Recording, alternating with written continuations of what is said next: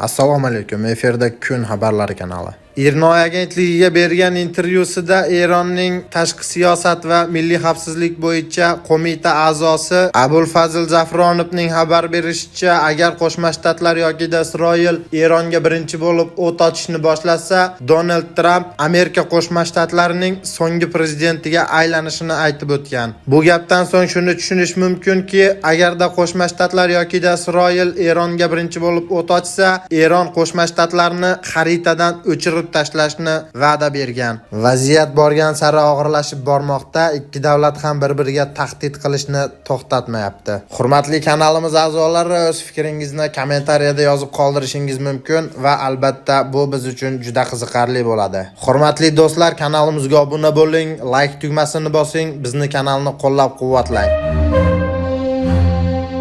Isroil bosh vaziridan Eronga tahdid. Isroil bosh vaziri Benyamin Netanyahu: agar Eron Isroilga hujum qilish kabi halokatli xatoga yo'l qo'ysa, biz Eronni ilgari hech qachon ko'rmagan kuch bilan jazolaymiz deb javob bergan. Bu yerda tabiiyki shuni tushunish mumkin. Benyamin Netanyahu aytishicha, Isroil avval ko'rmagan qurollari bilan biz Eronga zarba beramiz demoqda. Bu esa Eronni juda og'ir ahvolga solib qo'yish haqida ham xabar bergan.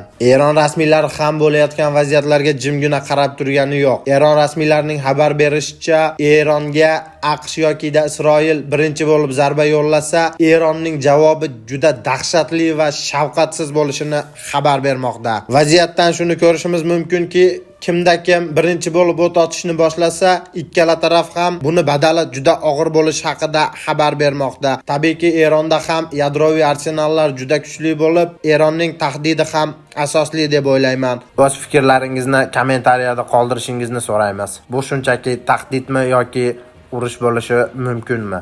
Kanalimizni kuzatib boring, bizning kanalga obuna bo'ling, like bosib, bizning kanalni qo'llab-quvvatlang. E'tibor uchun rahmat.